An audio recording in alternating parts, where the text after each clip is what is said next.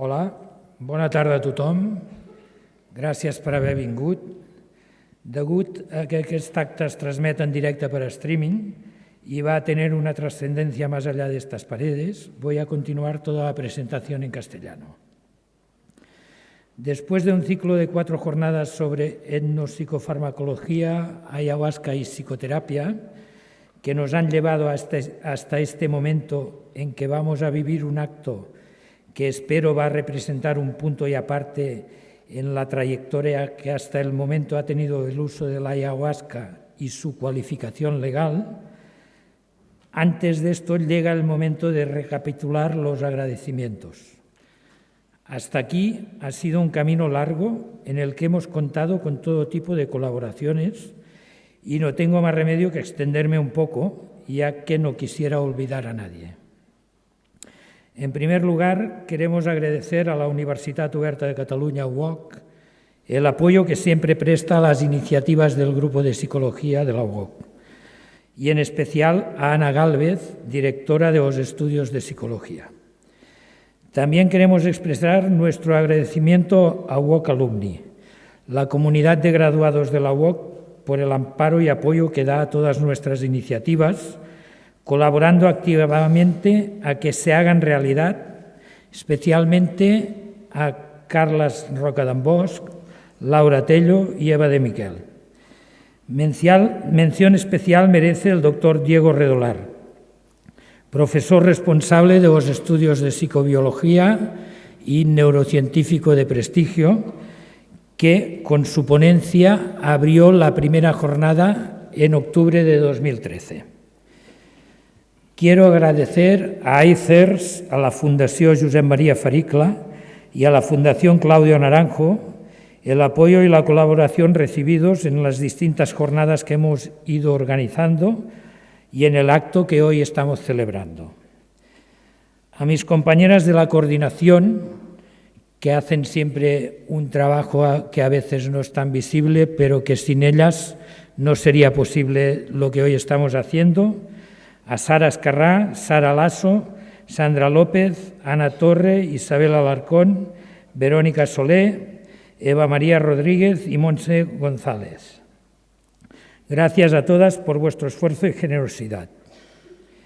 Y qué decir de los ponentes que han participado de forma generosa y totalmente desinteresada en poner al alcance de los estudiantes, graduados y público en general todo el conocimiento que atesoran sobre estas plantas y sus principios activos.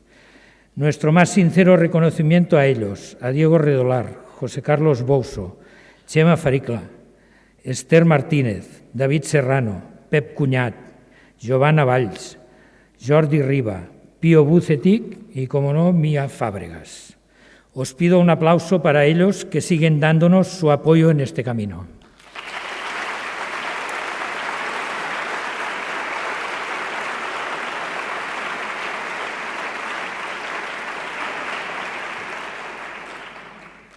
Un camino que iniciamos a finales de 2012. Poco después de haber experimentado mis primeros trabajos con ayahuasca, fui a Granollers a ver la presentación del libro de Claudio, Ayahuasca, la enredadera del río celestial, que os recomiendo porque me aclaró bastantes cosas. Allí en el libro también hay un prólogo de Mía Fábregas que es muy interesante sobre la situación actual de la psiquiatría sobre todo, ¿no? Pues estando allí tuve un sueño mientras escuchaba hablar a Claudio sobre cómo la ayahuasca nos permite conectar con nuestro hemisferio derecho y amplía nuestra conciencia, nuestro ego, el cerebro reptilíneo, los sueños de la ayahuasca. Alguien dijo que los sueños son una forma de la realidad, que si quieres algo, primero debes soñarlo. Yo tuve el sueño de querer llevar aquello que estaba viendo y escuchando a la UOC, a mi universidad, y ponerlo en conocimiento de nuestros alumnos y graduados. Lo quería tal cual, con Claudio y todos los ponentes, puestos a soñar que no faltara nada. Y entre ellos estaba Mía Fábregas, del que había oído hablar mucho y no siempre bien, pero al que no conocía personalmente. Bien, en mi siguiente trabajo le conté mi sueño a Pep Cuñat, que hoy no ha podido acompañarnos, y con Pep nos fuimos a Cita, la comunidad terapéutica que dirige desde siempre el doctor Fábregas. Allí Pep nos presentó y Mía prestó suma atención a la exposición que le hice de mi sueño. Me preguntó qué movía mi interés por este tema. Le comenté que siempre que me hablan muy mal de alguien o de alguna cosa, esto es un acicate para mí para conocerla más a fondo. Esto me ocurre desde la escuela.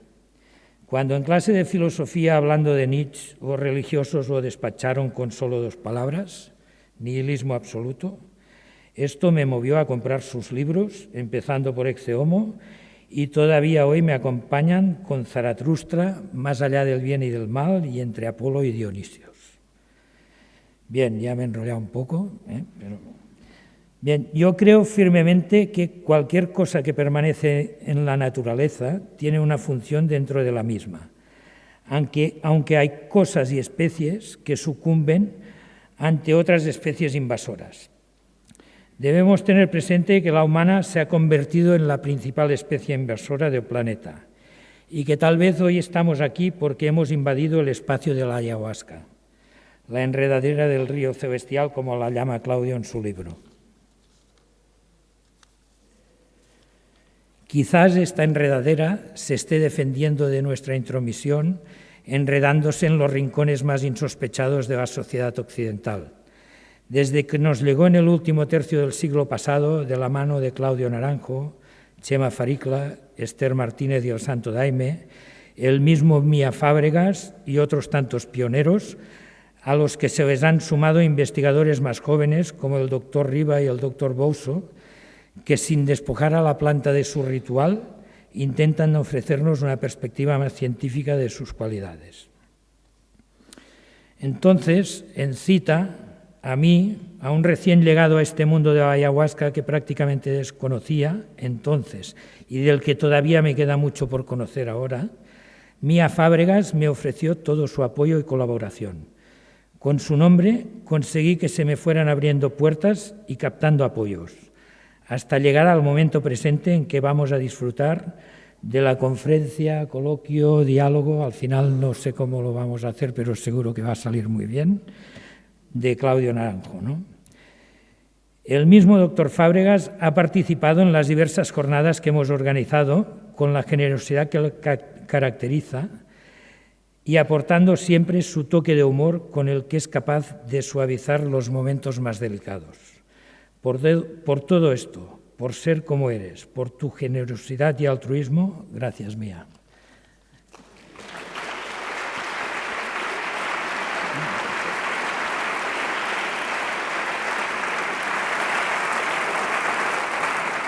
Y te cedo la palabra porque nadie mejor que tú para poder presentar a Claudio. Leía una cita de Roland Barthes, es un filósofo francés del siglo pasado, y hubo un trocito que me pareció que es el que podía dar entrada y pie a presentar a alguien como Claudio Naranjo. Este hombre, Roland Barthes, explicaba de que hay un tiempo en la vida en que uno aprende, hay otro tiempo en la vida en que uno enseña lo que ha aprendido, hay un momento más adelante donde aprende de lo que no sabe, que le llaman investigar, pero después llega una edad donde se desaprende. Y él, de una manera concreta, dice que hay un momento de desaprender, de dejar germinar el cambio de lo imprevisible, ya que el olvido impone sobre la sedimentación de los saberes. Dice, y esta experiencia, dice él, tiene un nombre ilustre y que ahora está fuera de moda, que es ser sabio, la sabieza. Ser sabio es igual a no tener poder, un poco de saber, un poco de sabiduría y lo máximo de sabor. Y yo creo que hoy estamos delante de un sabio, alguien que ha hecho todo este camino de aprender, enseñar, investigar y desaprender para ofrecernos ahora y compartir con nosotros todo este conocimiento. Me pareció que era una cita que realmente me hacía pensar en él y que con mucho gusto pues, pongo aquí a disposición. En la fila de donde aprendió tengo que tener papeles porque es larga, pero es muchísimo más larga de los que aprendieron de él. Estudió medicina y psiquiatría en Chile, de ahí, después de estar un tiempo en su país, pasó a Estados Unidos, donde en varias universidades, fue en el Ohio State University, ¿no? Creo que ahí estudiaste con el doctor Rinswat y con Hyatt Sherman. ¿Esto era en Ohio? Estuviste también en el Centro de Estudios de Personalidad, en el Emerson Hall, donde estabas con Allport y con Paul Tillich. Estos son nombres, grandes nombres de la psicología mundial. Estuviste en el IPAD, en el Instituto de Personalidad y Capacidad de Prueba en Illinois, en el IPRAT, en el Centro de Investigación y Valoración de la Personalidad. Volviste a Berkeley. Allí fue alumno de Fritz Perls, el mentor de la Gestalt, del cual después él se convirtió en el máximo exponente mundial. En aquella época supongo que en California era la época de la conciencia y del desarrollo personal, y ahí se bebieron de un montón de maestros, desde Idris Shah, desde Suleiman Dede, Swami Mukhananda, Rinpoche, Karmapa XVI. Siempre has contado que te influyó mucho el escultor Totila Albert, y que siempre lo refieres como en tu vida un hecho que fue importante y trascendental, que algún día nos gustaría que nos contaras cómo un escultor pudo influir de esa manera tan potente en tu vida. Cuando leí en Castaneda, ¿estoy conectado? Cuando leí que Castaneda hace la distinción entre maestro y benefactor, entendí que Totila Albert fue para mí un benefactor, no uno que me lleva por aquí, por allá, uno que me arregla las cañerías de la mente o de la psique. Nunca tomó la posición de un maestro o de una autoridad, ni siquiera de un guía. Fue una persona que me contagió muchas cosas. No le gustaba que yo lo mirara hacia arriba tampoco.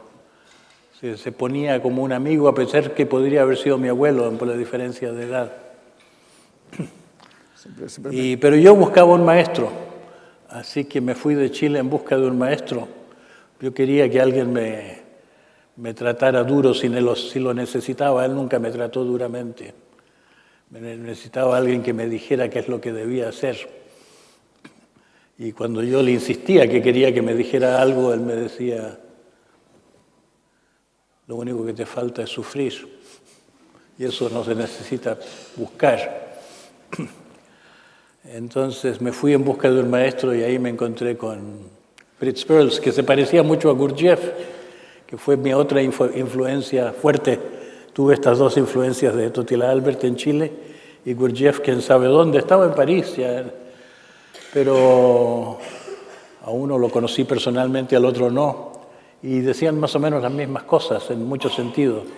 La visión trinitaria del cosmos y del ser humano, el arte objetivo. Había una serie de reforzamientos. Entonces me servía tener estas dos personas que no se conocían y que hablaban de algo coherente, que me reforzaban la validez de cada uno del otro. Así que fue como una influencia fecundante en mi vida, que después de que murió él, yo lo sentí como un padre espiritual. Lo único que desaprobó de mí es cuando yo tuve mi primera experiencia con lo que hoy se suele llamar la farmahuasca, una ayahuasca mezclada, y le mandé un poema que escribí bajo los efectos, y por primera vez me celebró un poema que había escrito yo. Le gustó mucho.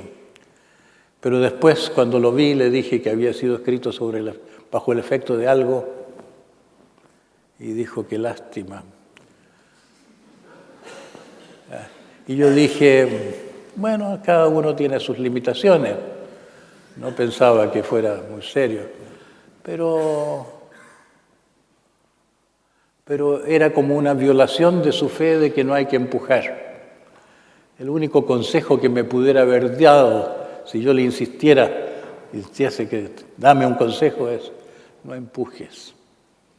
Y creo que tenía la razón, que rara vez comprobamos que basta con no empujar, porque empujamos tanto.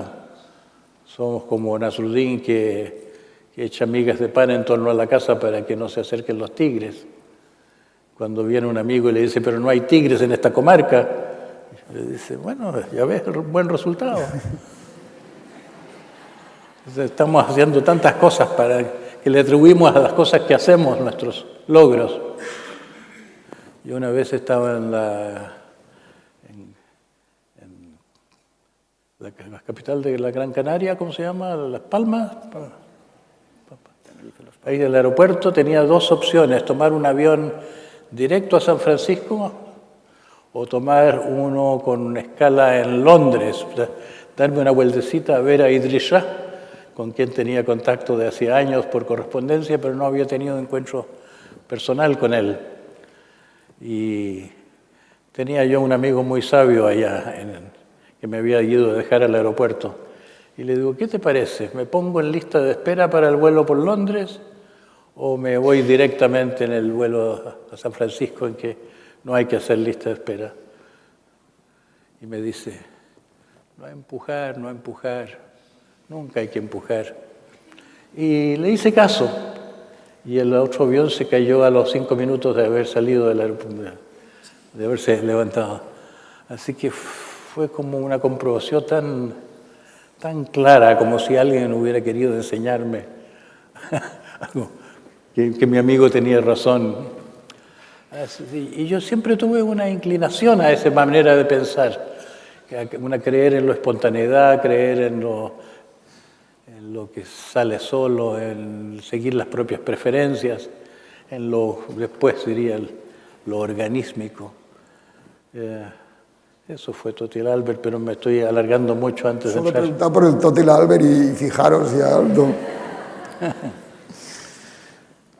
Sobre la investigación, pionero, las sustancias, la época esa, yo creo que en el grupo de Leo Zeff, ¿no? Ibogaína, armalina, me cayeron en las manos en una época de mi vida, yo creo que porque estaba en el lugar justo, en el momento justo. No hice nada. La ayahuasca me llegó antes de conocerle el nombre ayahuasca o siquiera el nombre de yagé, que fue como lo llamé en los primeros años, porque mis primeras búsquedas fueron en Colombia. Me llegó a través de un libro que me regaló mi padre, que muy rara vez hacía tal cosa. Influía muy poco en mi vida mi padre. Lo quería yo mucho, me sentía querido por él, pero de lejos. Un día me regala un libro, Yo también fui cazador de cabezas. Un aventurero, Cunningham era el apellido, cuentas casi con un espíritu de deporte, un poco de desafío, de hacer algo fuerte, algo difícil. Se fue con una canoa inflable y un machete, y en una canoa por la cuenca del Orinoco, saliendo de Colombia en esa dirección. Después de mucho tiempo de tener que salir de la canoa para abrirse paso por los rápidos, tenía que sacar la canoa y meterla un poco más allá, inflarla, desinflarla, no sé cómo lo haría, pero agotadísimo el hombre, abriéndose con el machete camino entre los matorrales. Llegó ya más que agotado, llegó casi inconsciente con la fiebre de la malaria, a donde unos indios que llaman los yacalamures, caníbales, que al verlo tan desvalido lo cuidaron. Seguramente lo habrían disparado sus flechas y lo hubieran matado si hubiera estado él erguido en su bote, pero estaba en el fondo del bote y ya a la deriva. Cuenta él cómo el jefe le dio a sus 3 hijas en matrimonio un cierto día y cumplido el matrimonio, al día siguiente ya lo invitaron a la iniciación de los guerreros, porque ¿qué tenía que hacer él ahí? Todos los adultos son guerreros. Le dieron de beber algo muy amargo y se entusiasmó él con la ceremonia en que lo azotaba una especie de demonio.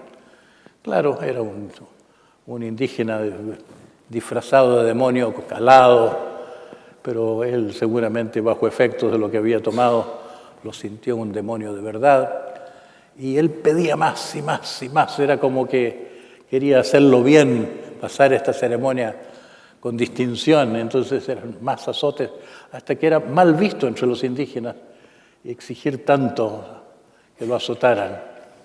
Yo tal vez podría decir que mi primera motivación hacia la ayahuasca fue terapéutica, porque yo pensé, me gustaría ser un poquito heroico.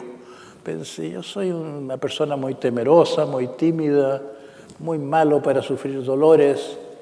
Un poquito de esta sustancia podría ser interesante para gente como yo y para mí mismo. Y con Chicho Maturana, que éramos amigos de infancia y que luego es un hombre muy conocido, pensábamos en ir a la selva, ya dejando de lado que esto de que pudiéramos entendernos en una lengua desconocida con gente tan peligrosa como tantos cazadores de cabeza y otros, o caníbales directamente. Ya la idea de estar en la selva y gozar de la magia de la selva, a él le hubiera servido para encontrar un cierto insectívoro que está en la línea del ancestro humano. Él hacía estudios de la visión y yo, simplemente porque me fascinaba la idea de la selva amazónica, pensé que íbamos a hacer esto y quedó en nada. Era un sueño irrealizable sin conocer la identidad de la planta, las características de la planta. Pero mucho tiempo después, cuando estuve en Harvard del año 62, en el Museo Botánico de Harvard, vi una gran bandera que atravesaba la calle, botánica económica, exposición especial de botánica económica. No sabía yo qué era esto de la botánica económica. Eran simplemente plantas que tienen consecuencias económicas que son... Y allí, entre tantas ventanitas, cada una con sus artículos, con sus fotos, con muestras de plantas, en una de estas ventanitas me encontré una liana retorcida, un artículo que se llamaba On the Malpighiaceae, la identidad botánica de las malpigiáceas, de los narcóticos malpigiáceos sudamericanos. Y yo no había oído ese término malpigiáceos antes, es una familia botánica popular. Y me interesé tanto, y me interesé especialmente porque había una foto de indígenas azotándose. Y dije, aquí está. Ya alguien identificó la planta, ya resulta posible encontrarla. Y yo estaba con una beca de la Fulbright, tengo que volver a Chile, que me cuesta hacer escala en Bogotá, tomarme un bus hacia el Putumayo. Puedo hacerlo, aunque estará incluso al alcance de mi bolsillo, hacer una pequeña expedición. Y mientras tanto, la secretaria de la exposición me vio tan interesado en el asunto que me dejó ver su biblioteca, que había muchas cosas sobre la ayahuasca, artículos de viajeros, de antropólogos, botánicos. Y me llamó la atención mucho la reiteración de los mismos temas en las descripciones de lo que veían, y los relatos de lo que dicen los indígenas, ver lo que ven los que van a curarse con chamanes. ¿Por qué tanto tigre? ¿Por qué tanto jaguar? ¿Por qué tantas serpientes? ¿Por qué tantas águilas? Y el tema del vuelo, sentirse volando. Y para mí, yo tenía una mente más científica que médica en aquel tiempo. Después me empezó a interesar la gente, pero en esa época yo era muy frío, diría yo que era un poco, ¿cómo se llama? De esos que incomunicados que no se... Autista, era un poco autista.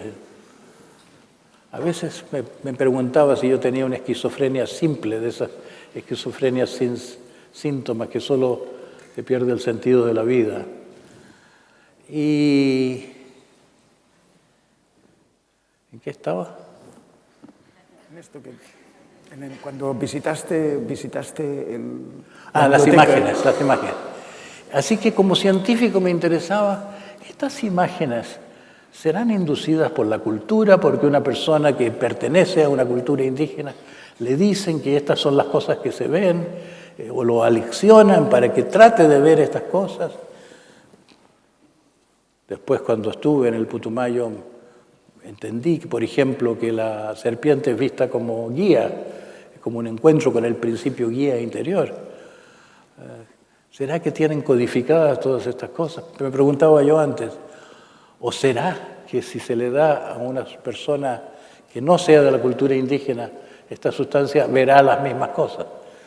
Esa fue una de mis curiosidades científicas, y yo era un curioso, y me bastó esa curiosidad para hacer un estudio comparativo en la Universidad de Chile. Tenía un jefe yo muy abierto, creía más en el desarrollo orgánico de las iniciativas de sus subalternos que en organizarlos. No tenía un plan maestro, creía en la gente. Me abrió las puertas, en realidad fue uno de los grandes regalos de la vida de este doctor Franz Hoffmann. Y me permitió hacer un estudio comparativo de la armalina y la mescalina. No me detengo ahora por qué llegué a la armalina, fue un poco loco, pues, porque vi que el efecto bacteriostático de la armalina era mayor que la armina, y unos investigadores, Hochstein y Paradis, habían probado que la armina no era alucinógena en dosis bastante grandes.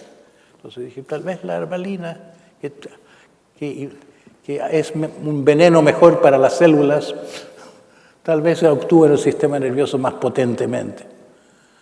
Me conseguí con la Merck, el laboratorio Merck lo usaba porque no había entrado todavía la industria de anilinas tan fuertemente, se usaba como mordiente la armalina. Estuvo muy feliz Merck de venderme un residuo que tenía de armalina. Ahí empecé a hacer mis investigaciones comparativas, y mi primera cosa que puedo decir de la relevancia de este periodo de mi vida, de la terapia, es que yo me había retirado de la psicoterapia, a pesar de tener buenos supervisores en terapia analítica, siendo aprendiz de psicoterapia analítica. Tuve de supervisor nada menos que a Otto Kernberg, que después fue el presidente de la Sociedad Internacional de Psicoanálisis. En esa época estaba en Chile, vivía en Chile, un austríaco. Y a pesar de eso yo me sentía que lo hacía mal, y sobre todo venía gente con grandes problemas de las poblaciones, gente pobre, que consultaba en el policlínico de la universidad, ¿cómo se llama? De la Universidad de Chile. Y sentía yo, pero qué fraude, de estar aquí en una situación de ayudar a la gente. Yo no puedo ser nada verdaderamente útil por ellos. Así que me había refugiado, me había viajado desde el psicoanálisis al análisis factorial. Me había refugiado en el análisis matemático de la personalidad, estudios de valores, cosas así. Y acompañar a la gente bajo efecto de los ayahuasca me hizo sentirme útil en una relación de ayuda. No me sentía útil cuando me ponía el traje de aprendiz de psicoanalista, pero cuando me propuse simplemente acompañar a la gente en un experimento, a veces me entusiasmaban las cosas que que les entusiasmaba a ellos en sus experiencias. La hermalina tenía un efecto, uno de los efectos que me pareció de gran exaltador de la intuición. Alguna gente que era pensadora se ponía a pensar sobre la naturaleza del demonio, sobre el mal o la vida, o esto o aquello. Y yo creo que capté que yo podía ser útil sin hacer nada, pero no sin hacer nada como había imaginado. Cuando diseñé el experimento, yo pensaba que iba a estar realmente callado, un poco como el psicoanalista que se calla mientras no interpreta. Y no, me pareció monstruoso no hacer nada con gente que estaba tan zambullida, tan a fondo en su experiencia. Me quité ese rol y entonces ahí me resultó un rol de ni siquiera hacer nada, de ni siquiera imponerme un silencio.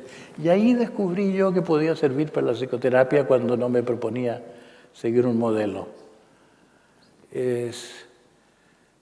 Luego hice grupos con hermalina y mezclas, farmahuasca nuevamente, y en estos grupos intenté hacer terapia. A veces me acercaba de una persona a otra, oía lo que está pasando, a veces hacía intervenciones, pero no tengo recuerdos de haber sido tan útil como por mis intervenciones. La impresión global que me queda es que la ayahuasca es terapéutica, pero el terapeuta no es terapéutico cuando intenta competir con la ayahuasca. Es decir, cuando se toma la ayahuasca uno se conecta con el terapeuta interior, que es, yo diría, el hemisferio cerebral derecho, la voz de la intuición, la voz que a veces le dice a las personas como una voz: mira, ¿ves esto? ¿Ves esto? Es como un guía. Ahora, el guía interior es una gran cosa cuando se lo puede contactar. Hay por ahí libros que dicen que es un camino completo encontrarse con el ángel que a uno le corresponde. En la ayahuasca a veces el guía interior se presenta como ángel, a veces se presenta como un animal amigo, como en el libro describo el caso de esta mujer que se hizo amiga de un tigre siberiano, y para el resto de su vida ese tigre se le siguió siendo presente sin ayahuasca, en cierto modo. Y yo diría que la terapia de la ayahuasca va por otro lado que la terapia de los terapeutas.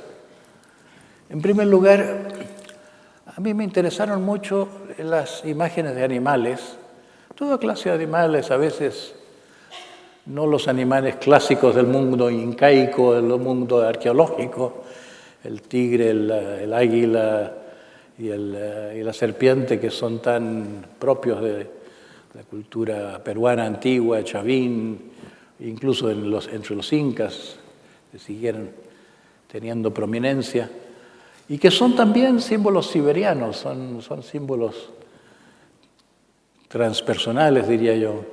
Yo primero se me pasó por la mente que esto podía ser una cosa telepática de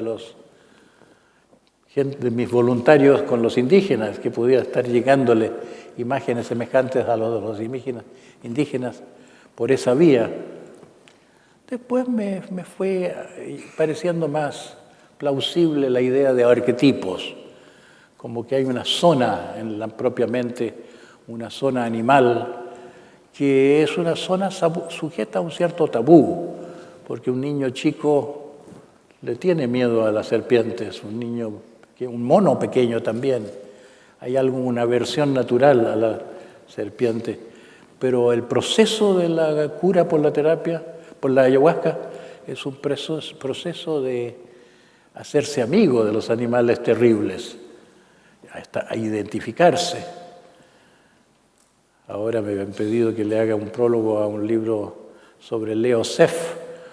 No sé si alguien aquí conocerá un libro, El jefe secreto, la persona de quien recibí yo mi primer LSD. Yo le di a él un viaje de hermalina o de farmahuasca con base de hermalina, y resultó en uno de esos casos de libro muy parecido a cosas que había leído yo en Eliade, en su libro sobre el chamanismo. Estaba hablándome de un asunto familiar de él. La mujer en su diálogo se empezó a sentirla diabólica, se fue transformando en un enfrentamiento con el diablo. Estaba él fumando mientras hacía eso y en el momento se enojó consigo mismo, dijo, ¿hasta cuándo voy a fumar? Lo voy a dejar. Y yo le digo, ¿cuándo lo vas a dejar? Ahora mismo. Y en ese mismo momento dejó el cigarro por el resto de su vida. Era tan comprometido, estaba tan unido a sí mismo en su voluntad. Y fue como el acompañamiento trivial, digamos, humano, del hecho que se separó de su mujer. Pero mientras seguía este diálogo se le fue presentando la misma sensación de algo demónico, se fue transformando en una gran serpiente. Y yo, porque había leído simplemente Eliade, me atreví a decirle, no te sientas amenazado que te devore, déjate, a ver qué pasa. Y se dejó devorar, se dejó tragar. Y fue muy claro que sentirse tragado. ¿Y qué puede pasar después de que uno es tragado por una gran boa o pitón, no sé qué serpiente sería? Digerirse, ser digerido, se dejó digerir. Y se transformó en la serpiente, pero tuvo una experiencia mística, ya la serpiente era divina. Me parece que ese es el proceso que se repite en muchas variaciones, de que el animal temido es un animal amigo. Y hoy día yo diría, eso es un proceso de integración del propio cerebro animal. Tenemos un cerebro reptiliano, lo llamamos incluso cerebro reptiliano, cerebro básico, el cerebro primitivo, pero hemos sido muy domesticados por la cultura en nuestro mundo civilizado. No solo explotamos la naturaleza externa, explotamos la naturaleza interna y no le tenemos simpatía a la naturaleza. Somos dominadores de la naturaleza, somos implícitamente enemigos. Todo el problema ecológico viene de ahí. Hoy en día se ha visto lo limitada que es la ecología basada en la razón. Por eso se ha querido promover una ecología profunda que sea una ecología amorosa basada en una empatía con la naturaleza, tipo San Francisco. Pero los primitivos son todos franciscanos. Los pueblos primitivos no tienen esta actitud enajenada ante la naturaleza. Se sienten parte de la naturaleza.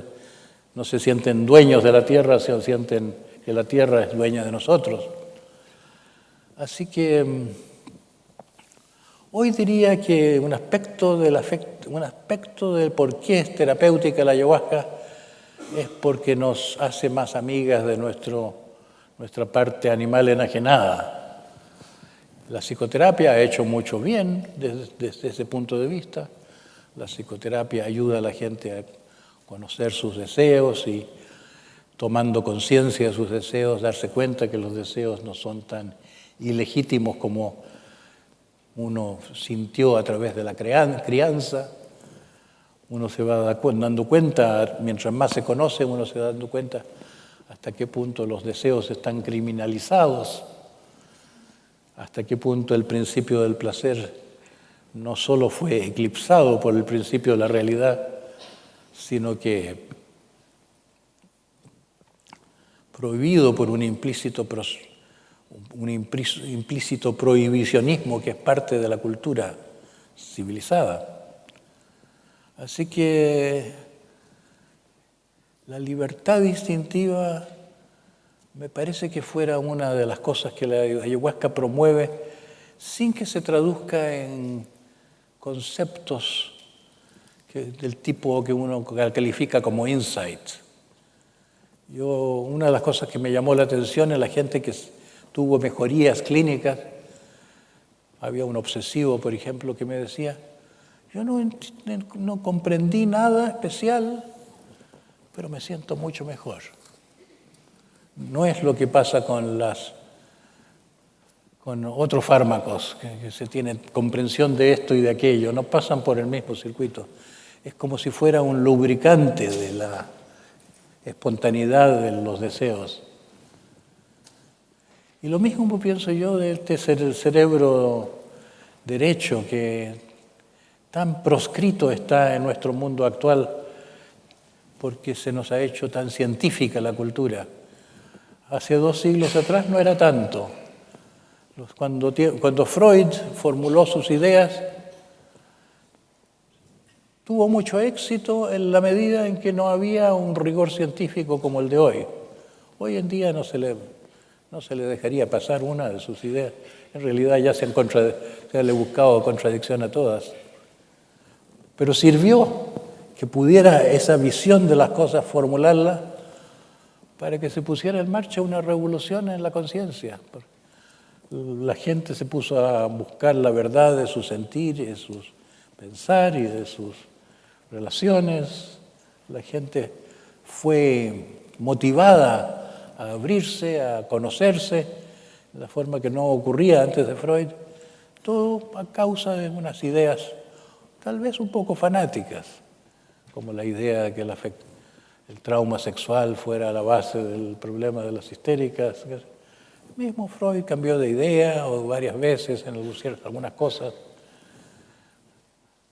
Era un hombre muy abierto, cambiaba de idea a menudo. Generaba nuevas ideas en cada una de sus obras.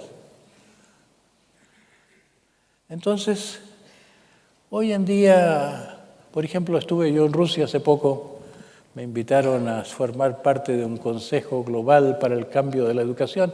Yo siempre había soñado con esto. He dado muchas conferencias de que se necesita un cambio de la educación, un cambio que nos lleve de la sociedad patriarcal a una sociedad en que los valores femeninos y los valores infantiles estén equilibrados dentro de la mente de cada uno. Una sociedad que no sea simplemente la perpetuación del orden militar, de los antiguos bárbaros que de cazadores se transformaron en depredadores. Así que yo ando muy entusiasmado por el mundo, predicando contra la barbarie de la civilización. Digo que es una barbarie muy idealizada y que la gente no se da cuenta cuán bárbara es. Y me pareció un sueño cuando yo recibí una carta para ser parte del Consejo Internacional para el Cambio de la Educación. Y salí sintiéndome menos entusiasta. Me encontré con gente muy burocrática. Sí, estaba a mi lado la presidenta de Harvard, estaba al frente mío el decano de educación de Stanford, había de todas partes, de Corea, de China, educadores, pero todos muy burocráticos y sin una visión. Hasta me enojé yo y pregunté dónde está el espíritu revolucionario en Rusia. Y fue considerado una muy mala educación y se fueron de la sala los rusos, tal como hacen en las Naciones Unidas. Así que, ¿por qué digo esto? La educación. La educación, estás hablando de la educación. Porque anteayer me llegó una carta del coordinador de este grupo y me dice, ¿pero qué prueba científica tienes tú al decir que el patriarcado es el mal raíz? Es muy serio lo que estás diciendo, que detrás de todos los problemas sociales está esto que llamas la mente patriarcal.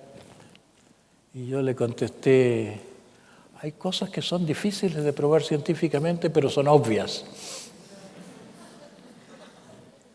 Y es que el hemisferio izquierdo, el hemisferio siniestro, que es el que ha creado hoy la religión de la ciencia, el dogma de que solo la ciencia puede ver las cosas o tiene la verdad, es un hemisferio que no ve las cosas en contexto. solo el procesador intuitivo, nuestra mente humanista, nuestra mente poética, nuestra mente... Bueno, intuición es la palabra justa para eso, la mente gestáltica, podría ser, que ve el conjunto, ve lo obvio. 2 más 2 más 2 más 2 nunca llegan a una visión de las cosas, a una comprobación a veces de hipótesis. Y mientras uno comprueba una hipótesis, la otra, se muere el paciente. Una vez escribiste un libro sobre la comparación en los cuentos infantiles sobre el matriarcado y el patriarcado, ¿no? Eso... Fue curioso eso. Eso fue una investigadora de California que había hecho, no fue por mi uso de las palabras, ella estaba estudiando la creatividad en matemáticos. Su marido era un matemático de nombre y que lo conocí. Y ahí le sugirió el marido hacer la creatividad, que había algunos matemáticos que tenían la visión intuitiva de las cosas antes de entender la comprobación y otros que iban paso a paso más racionalmente. Y hizo un análisis factorial que mostraba estos dos tipos de creatividad. Y después quiso reiterar este estudio en la literatura y tomó libros para niños como un campo donde se podía tener muchos libros para comparar. Un mundo más simple que el de la gran literatura. Entonces, en este estudio que hizo, en que veía que había el tipo de creatividad que llamaba matriarcal y patriarcal, apoyándose en Erich Neumann. Neumann fue un hombre muy admirado por Jung y que hace mucho hincapié en la evolución de la conciencia pasando por un pasado matrístico, como se lo llama ahora, al mundo civilizado, patriarcal, jerárquico de la autoridad. Así que ella ya tenía esos términos matrísticos y yo le acepté inmediatamente cuando me pidió hacer un análisis cualitativo de esos libros. Y ahí fui cuando escribí ese libro mío, El niño divino y el héroe. El niño divino, como el Principito de Saint-Exupéry, no va a ninguna parte, no busca nada, está donde tiene que estar, está completo. El otro es el héroe que va más allá de las montañas, más allá de la bruma, a un mundo más elevado, que combate con fuerzas malignas. Entonces, esos dos prototipos literarios, el niño y el héroe, en su estudio ella lo calificaba como actitud matrística o matriarcal o patriarcal. Matriarcal era, por ejemplo, un libro que se llevó también al cine, la tela de Charlotte, una historia de una araña que protege a un cerdo, que puso su tela encima del cerdo para que no lo mataran. Escribió algo en su tela para que ese milagro distrajera a la gente. Bueno, lo matrístico y lo patrístico hoy en día yo creo que no necesitan la reconstrucción de la prehistoria para hacer conceptos válidos, que el mundo que tenemos es despótico, que es policial, que es insensible, que no es un mundo empático, que no es un mundo solidario, no es un mundo en que se tenga en cuenta el bien común, cada uno quiere coger su pedazo. Si tenemos un lado femenino y uno masculino, y uno es de cooperación y el otro es competencia, estamos solamente con el lado masculino. Si hay explotación y cultivo, tenemos pura explotación sin cultivo. Si tenemos afecto y violencia, tenemos pura violencia y muy poco afecto. Entonces es muy obvio que el aspecto que podemos llamar femenino está ausente, y sobre todo del mundo político, que la historia ha sido marcada por lo masculino, con sus guerras y sus ríos de sangre. Entonces, la ayahuasca me parece que es el equilibrante no solo en que saca del sótano al animal que está enajenado, sino que hace oír la voz del guía interior, hace oír lo que a alguna gente se le presenta como ángeles, a algunos como voces, a veces como simplemente un comprender pero muchas veces se personifica, como la musa de los poetas, como algo que viene de fuera. Yo creo que lo que un hemisferio recibe del otro le viene como si de otra persona. Y esta voz interior, ¿tú piensas que es una proyección del conocimiento de la cultura o es realmente algo que está y que se manifiesta? A veces la gente pregunta, ¿es malo que yo hable con un árbol? No, lo malo no es hablar con un árbol, lo malo es que te conteste el árbol, ¿no?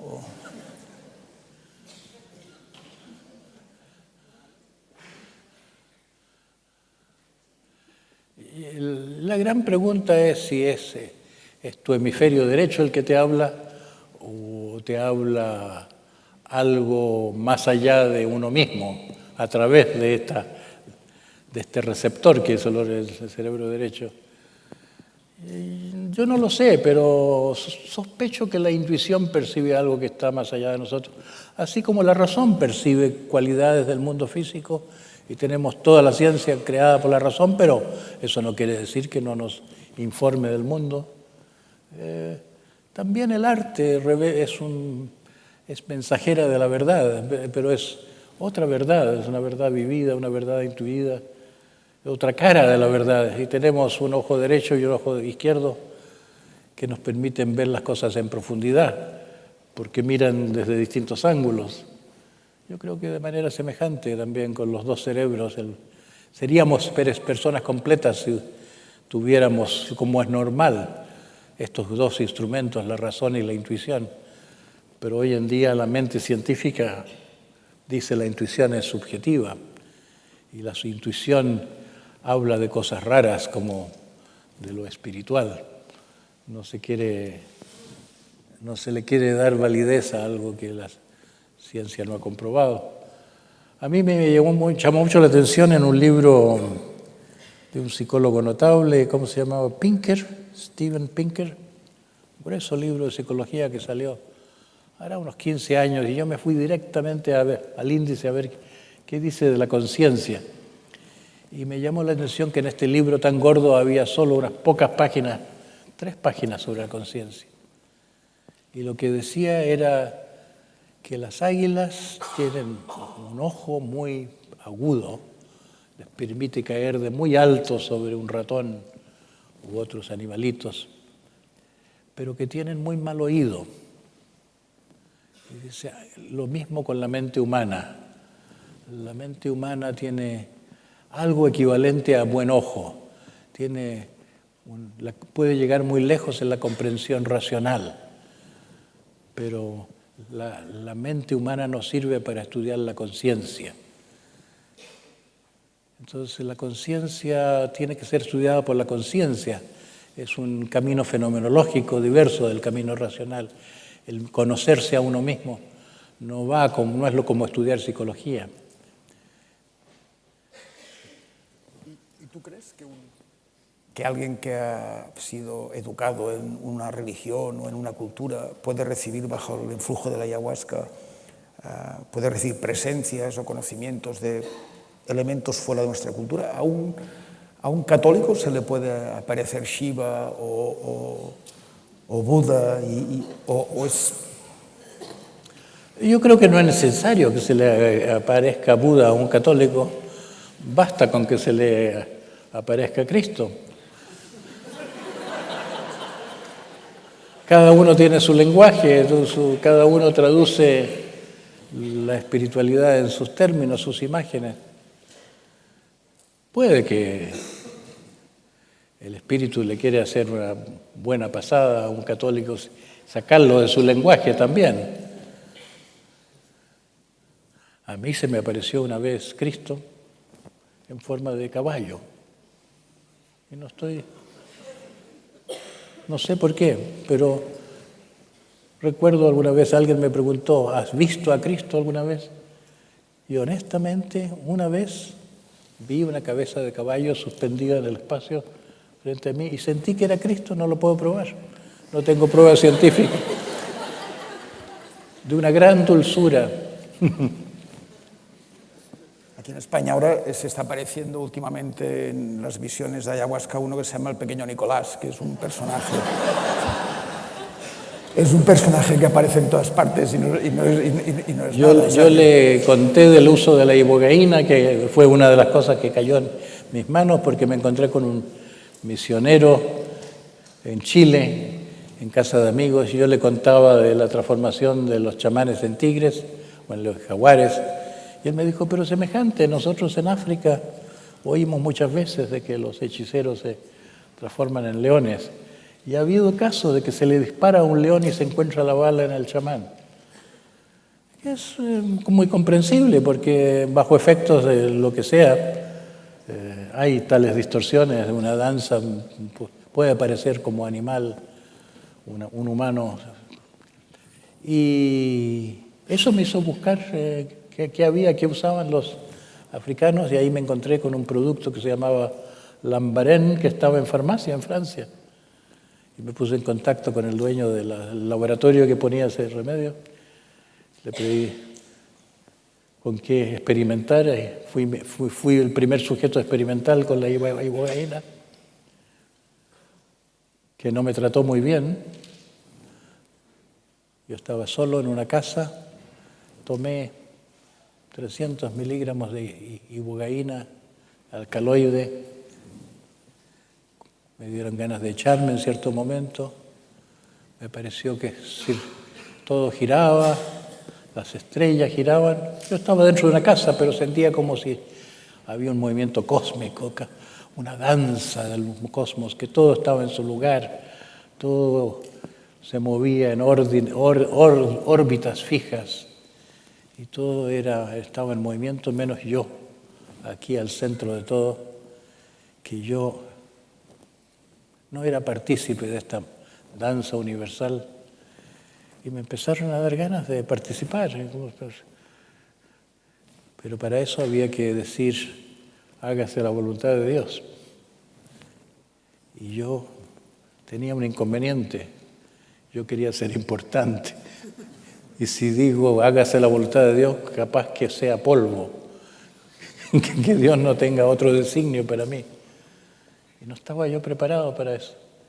Y tuve como 3 minutos de espera, como sintiendo que tenía el interruptor a mano, que podía yo cambiar y ser parte del todo, como decidir que ya cedo mi voluntad propia, mi control de mi propia vida. Pero no me dieron más que 3 minutos y empezaron los cartoons después.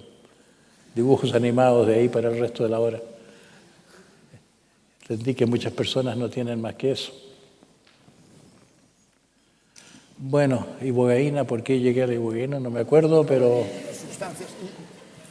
¿tú tienes conciencia de la hora? De que Vamos a intentar lo de la ayahuasca, porque... Intentar a ver si nos entramos en la ayahuasca, que aquí la ayahuasca ha sufrido últimamente un proceso de expansión internacional y se le da una credibilidad y una presencia que antes no estaba totalmente fuera de lugar. Se acepta a partir de los experimentos con el estrés postraumático, a través de la necesidad que tienen los americanos, supongo, que tratar todos los veteranos de guerra que sufren una problemática difícil de resolver, porque la psiquiatría que estudiamos tú y yo está más enfocada a tratar el síntoma que no realmente a ir al foco, a la razón, a la profundidad, ¿no? ¿Y tú crees que la ayahuasca puede ser realmente esa ventana que abre esa oportunidad de, en vez de tratar síntomas, empezar a tratar causas? Sí, yo diría que lo que trata la ayahuasca principalmente es la neurosis universal. Esa neurosis universal que Freud postulaba, que después Erich Fromm decía que es como un defecto compartido, una neurosis que todos en que somos tan igualitos uno al otro que por eso no nos llama la atención como una perturbación. Entonces nos vemos en esta loca situación de decir, ¿cómo nosotros, personas normales, hemos creado este mundo tan problemático? Creyendo verdaderamente que somos personas normales cuando somos personas anormales que se parecen mucho una al otro porque compartimos la misma insensibilidad, la misma falta de empatía, la misma tendencia explotadora, el mismo autoritarismo, el mismo espíritu de conquista, etcétera, todo ese complejo patriarcal. Yo creo que es una cura para la mente patriarcal y lo demás son detalles. Se crea también un gran espíritu fraterno, particularmente en los grupos de ayahuasca, como lo normal, es como recuperar el corazón porque es parte de los seres humanos, solo que estamos viviendo en tanto antagonismo con ese sentimiento fraternal, el sentimiento de nosotros, que para los indígenas es tanto más importante que el sentimiento individual. Muchas veces me gusta citar eso de la participación mística que describía Lévi-Brühl hace como un siglo, la participación mística del primitivo, solo que interpretaba el que los primitivos no dicen yo como una indicación que no han desarrollado el yo. Y yo creo que la verdad no es que no hayan desarrollado el yo, sino que el yo les parece una cosa demasiado pequeña al lado del sentimiento de la humanidad que tienen ellos. Es como mejor visto decir nosotros. Yo lo sentí muy fuertemente el año pasado, o antepasado tal vez, en una conversación con alguien que yo no sabía que era indígena, el rector de la Universidad de la Tierra en Oaxaca, sucesor intelectual, heredero intelectual de Iván Illich. En un momento en la conversación me dice, nosotros no creemos, no dijo nosotros, no existe el yo, dijo. Y yo me preguntaba, ¿será que está leyendo algo de budismo este hombre? Pero al continuar dice, nosotros los zapotecas no creemos en el yo, nosotros decimos nosotros. Se lo sentí frente a una persona concreta. ¿Cómo voy a decir que este hombre no tiene sentido del yo? Que no ha desarrollado un yo. Es como que sabe que el nosotros es más. Es una instancia más alta. Es más grande hablar de nosotros. ¿Piensas que la ayahuasca es una solución en sí misma o es una herramienta que tiene que estar en manos de facilitadores, guías, neopsicofarmacoterapeutas? ¿Crees que la gracia está en ella o el poder de curación que tiene está en la utilización por parte de esas? Hoy en día hay chamanes y maestros, pseudo chamanes y maestros,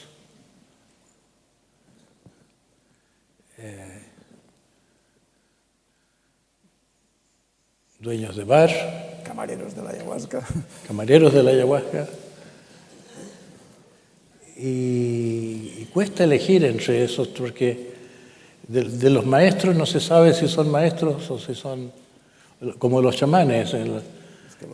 Hay tanto chamán para turista, tanto negocio con satisfacer el deseo de drogas, que a veces puede ser más saludable. Uno de los grupos de Mía que dice, te ofrezco esta, tendrás buena música. Yo no pretendo ser un maestro, pero te cuidaré.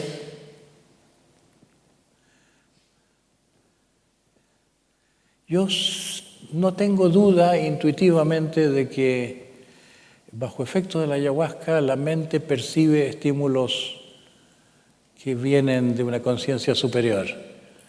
que si se toma ayahuasca en presencia de un chamán verdadero, el chamán hace algo, el chamán tiene una influencia, su presencia tiene una influencia. Por eso también la música en la ayahuasca puede tener una gran influencia, porque la música hace presente la mente del compositor, transmite vivencias. Si se toma a solas la ayahuasca, bueno, mejor es en compañía, pero en compañía de una persona madura, de una persona de cierta sabiduría, una persona de capacidad de ayuda. ¿Dónde se pone la línea entre el profesional o el aficionado? Es muy relativo. Yo creo que es lo mismo con la psicoterapia misma. Como dice Thomas Szasz, es una línea un poco artificial. ¿Quién es un terapeuta profesional? Es más terapeuta que un buen amigo o que una persona de cierta calidad a la que ha llegado no por los estudios de psicología, sino por la vida. Yo no sé, es decir, tengo la impresión de que la psicología es en buena parte una venta de certificados que no es relevante a la maduración personal, que los que han aprendido psicoterapia porque a través de una universidad no son necesariamente buenos psicoterapeutas, porque en la psicoterapia es como la música, que no se aprende en universidades. Hay que tener dedos para la guitarra, se dice, hay que aprender a partir de otros parámetros, el espíritu de búsqueda, el encuentro con ciertas personas que tienen algo que transmitir. No se presta siquiera a la universidad a aprendizajes vivenciales como los que requiere la formación terapéutica. Así que hay esa voz que se liberen los alucinógenos en general de todo control, que la gente coma lo que quiera, haga lo que quiera con sus... Yo tengo la impresión de que hay un cierto antiautoritarismo ahí que no es tan sabio, que como que pasa por alto, que existe algo especial que pueden contribuir ciertas personas con su mera presencia. Pero es que lo que pasa es que cuando las cosas son obligatorias,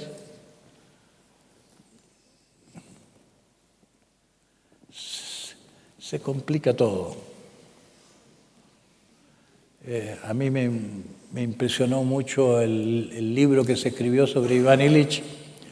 Se le hizo una entrevista de 5 días de duración antes de su muerte. Después de muerto se publicó como Ríos al norte del futuro. No sé si existe en castellano. Básicamente lo que dice él es que existe en el mundo moderno una forma del mal que no existía antes, que no estaba tan refinado el mal, que no había progresado tanto el mal. Y él investiga, y él es, entre otras cosas, además de teólogo y antropólogo, fue historiador y del medioevo, y de historia de la Iglesia, sabía mucho.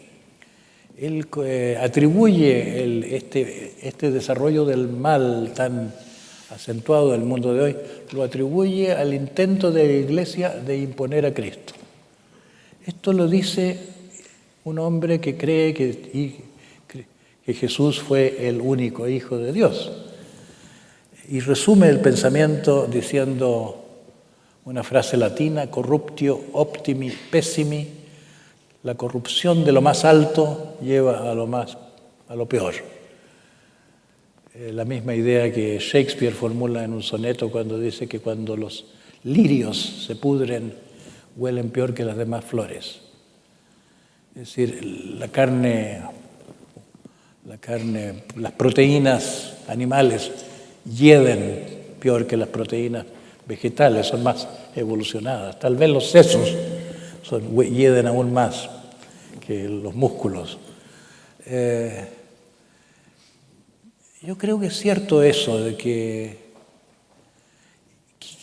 una cosa es el ejemplo cristiano que puede llevar a personas a la imitación de Cristo, como se decía, que cada uno lleve su cruz sonriente si es posible. Y otra cosa es que sea obligatoria la imitación de Cristo, que el espíritu del medioevo fue la obligatoriedad de la perfección del modelo, de encarnar el modelo. El efecto es completamente diferente. Es como el fenómeno de los nazis en Alemania.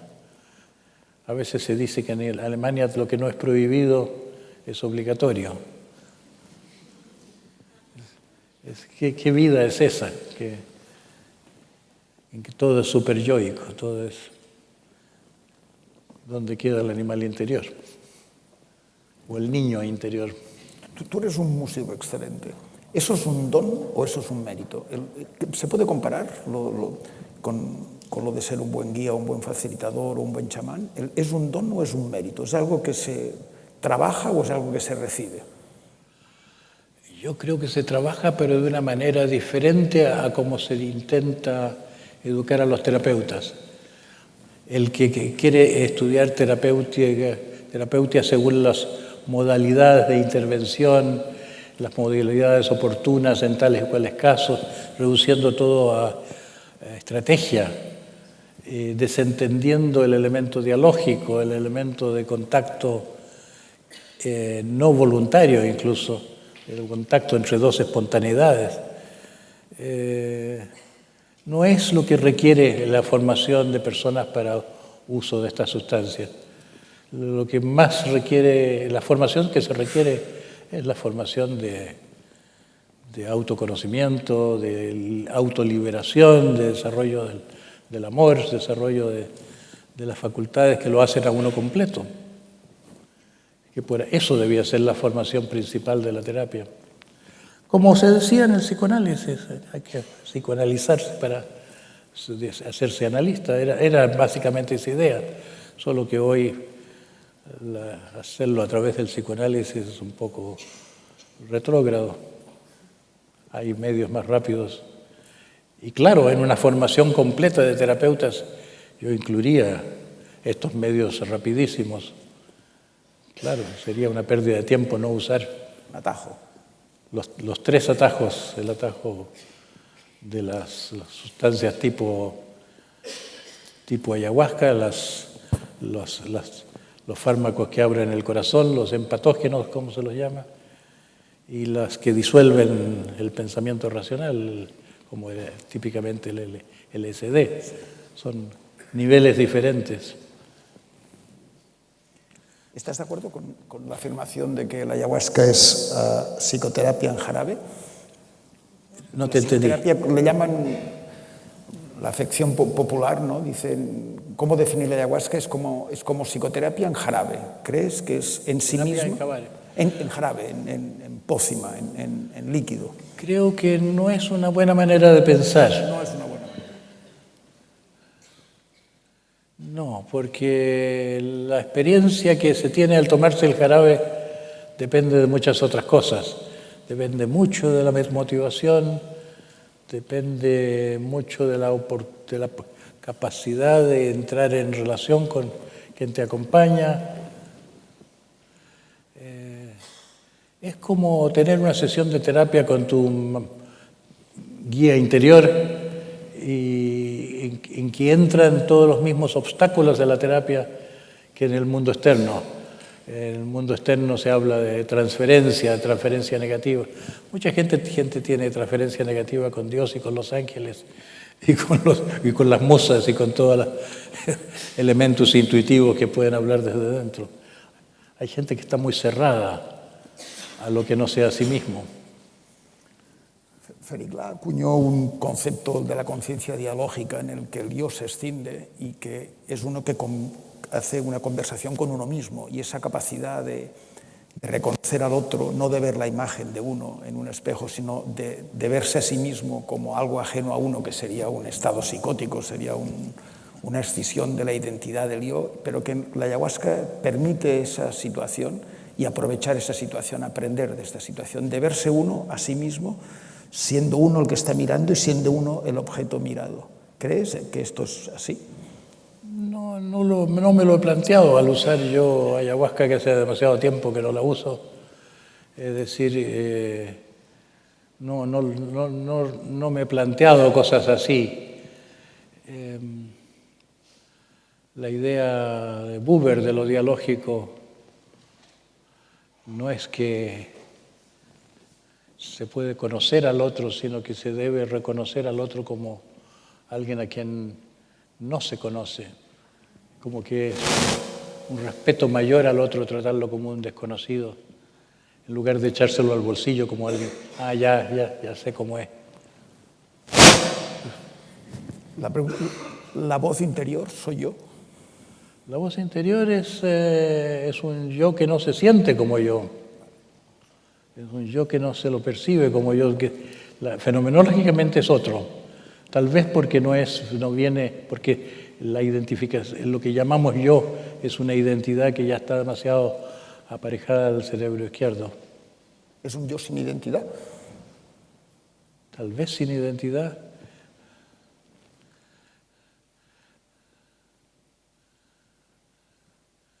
En las tradiciones de meditación se busca abrir la identidad individual como para encontrar una identidad universal, pero esa identidad universal es un poco como nada.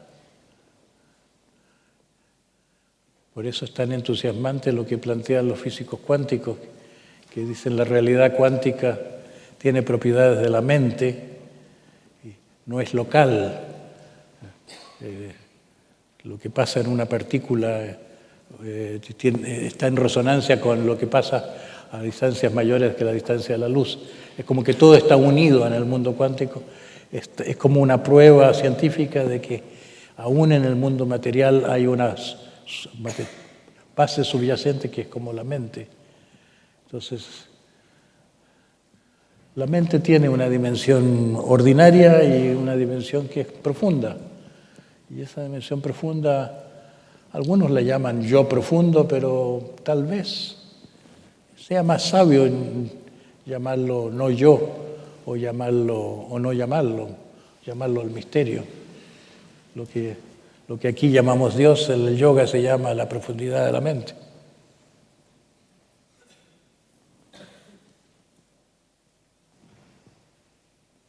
Educación y ayahuasca. Tú eres un experto en educación.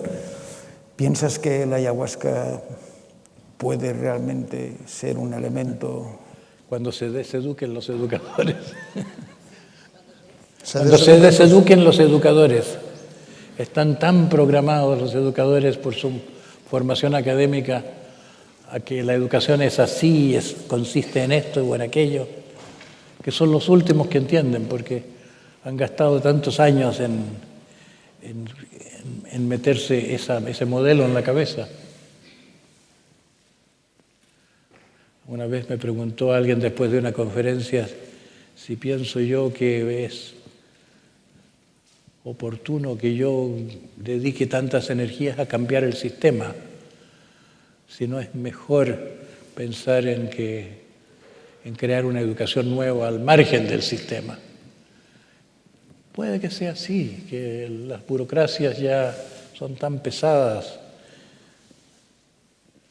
el mundo fosilizado, tan difícil que cambie, que tal vez la comunidad tiene que crear otras situaciones, centros educativos que no son los oficiales, que resulten más de poner otra gente a cargo y poner otros objetivos, poner objetivos de desarrollo humano y no de que el individuo sea un corderito que sirve a la producción. Tú hablas más, en vez de reeducar, de deseducar y volver es resetear y volver a programar. ¿Piensas que no es posible la transformación? De los educadores son tantos y están movidos por políticos que están tan poco sabios hasta ahora. A veces no sé si son voluntades de ciertos individuos que mantienen todo como es, o si es una voluntad sistémica, algo así como lo que se llamaba el diablo, que no está en ninguna parte, sino que es como la mente del grupo, que la mente del gobierno, la mente de la burocracia, sobre todo. Los grupos están poseídos por una cierta manera de ver.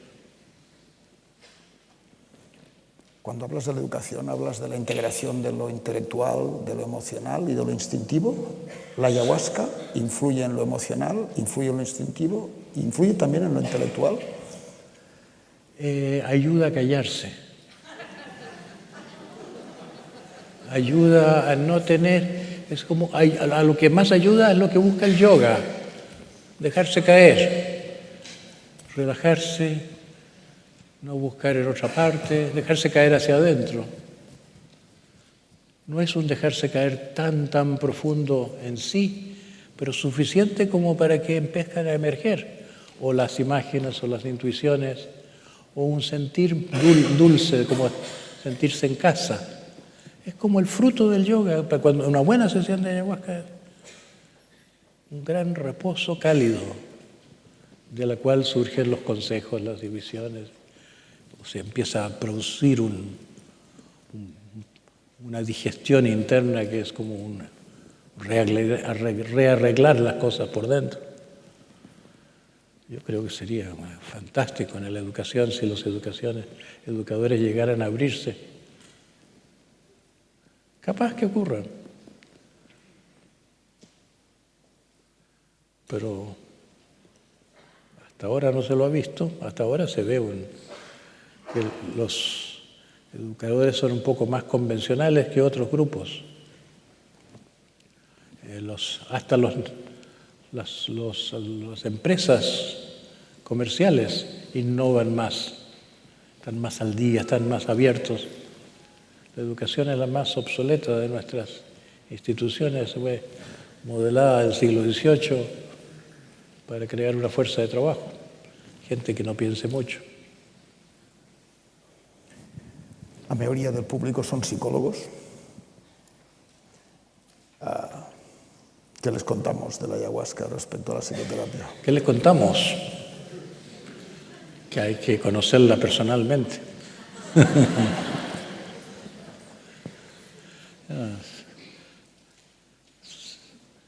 Toma. Hay tantas oportunidades hoy. Un viaje al Brasil, un viaje a Colombia, un viaje... Vale la pena tener una experiencia de ayahuasca alguna vez en la vida. A veces uno se saca la lotería. Son experiencias que cambian una vida. Otras veces no, otras veces hay gente que lo pasa muy mal. Hay gente que físicamente vomita mucho. Y es como si hay una defensa contra la ayahuasca, el bad trip, lo que son en otras experiencias los infiernos psíquicos. Aquí se manifiestan somáticamente, psicosomáticamente, como estados muy desagradables. Hay personas que están como abiertas, están preparadas para la ayahuasca y otros no. Pero los que no, por lo menos se dan cuenta de que están en una situación de poca amistad con su animal interior. Hay varios animales por aquí. Hay algunos animales por aquí. ¿Y por qué se habla de ayahuasca y psicoterapia y no tanto de LSD y psicoterapia o ibogaine y psicoterapia? ¿Por qué crees que ese binomio está mejor establecido que con otras sustancias con también estas capacidades?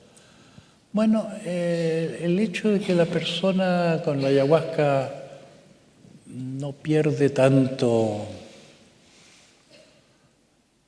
su foco habitual, no se desorienta, no pierde la identidad, no tiene alteraciones del tiempo y del espacio, está más cuerdo.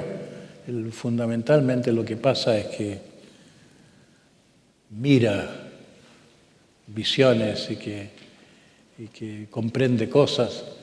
está más dentro de lo aceptable. No ocurren cosas peores que vomitar. No amenaza tanto no cambia tanto la mente, como no es tan radical como el ácido lisérgico, incluso los hongos mexicanos. Despersonaliza menos la ayahuasca. ¿Crees que despersonaliza menos? ¿Sería una de las maneras de definir? Pues despersonaliza muy poco. Y es desagradable, lo suficientemente desagradable como para que no se la prohíba. Si fuera más agradable, eso favorecería que se prohíbe. Ayahuasca con sabor a fresa no es una buena solución. Tendría que ser un sabor interior a fresa. Yo no sé si Nando nos deja que la gente pregunte si hay cosas interesantes, si no... Hay realmente una expansión en nuestra sociedad hoy en día. Vive... Pero no es solo la ayahuasca. Acabo de tener noticia que en Chile se ha permitido una ley para el uso médico de la marihuana. En Chile, que yo no hubiera esperado nunca, era un país muy convencional. Algo está cambiando. ¿Tú regularías, aceptarías, crees? ¿Estás a favor de una legalización de las sustancias psicoactivas expansoras de la conciencia? De lo que estoy seguro es que no debía prohibirse el uso terapéutico. Es demasiado útil todo este grupo de sustancias como para cerrarles el paso. Creo que se debería abrir un canal válido. Entre el abrir un canal válido o decir que esté todo libre, no estoy tan seguro de esa segunda opción. Se podrían crear complicaciones. Para mí la mejor metáfora es la del fuego que, puesto en el centro de un salón, te quema la casa, pero puesto en la cocina o puesta en un horno industrial, hace cosas tan útiles. Hay algo como el fuego en los psicodélicos. Es una gran fuerza que requeriría cierta medida, cierto cuidado. Me parece como muy voraz este deseo de ya quitemos todas las leyes. Todas las restricciones son malas. ¿Tú contestas?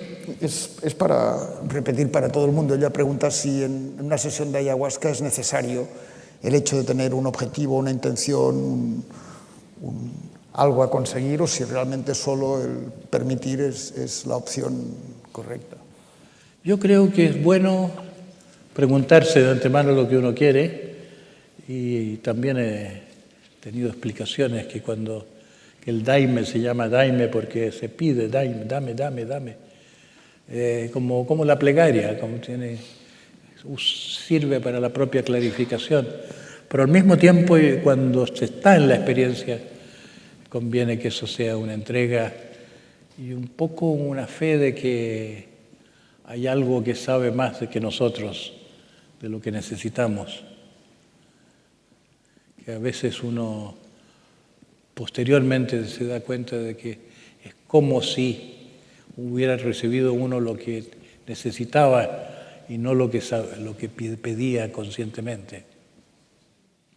Aquí no escuché suficientemente. Alguien que fuera a Ecuador, por ejemplo, a una sesión y encontrara un chamán y fuera a la selva y tuviera un trabajo con él y no sintiera absolutamente nada, ¿cuál es la postura que tenía que tomar? ¿Te refieres a que te devuelvan el dinero?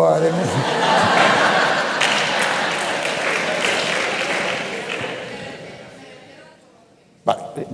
Preguntas sobre alguien que ha ido con esta ilusión, con este objetivo, con este no interés, le pasa nada. Y que no le ha pasado nada, ¿qué cree? Yo he visto eso ocurrir. Invité yo a uno de los más notables chamanes, un hombre de unos centenares de años, y nunca había visto tantas personas que no les pasó nada. Aparentemente bebían lo mismo que los demás, pero no les pasó nada. pero yo no puedo decir nada al respecto si fue una buena experiencia para ellos ser confrontados con que algo faltó para que les pasara algo. Las 3 primeras veces que yo tomé no sentí absolutamente nada. Bueno, hoy es el cumpleaños de Claudio y en vez de regalarle nosotros a él, nos ha regalado a nosotros. Le agradecemos esto y le felicitamos por su cumpleaños.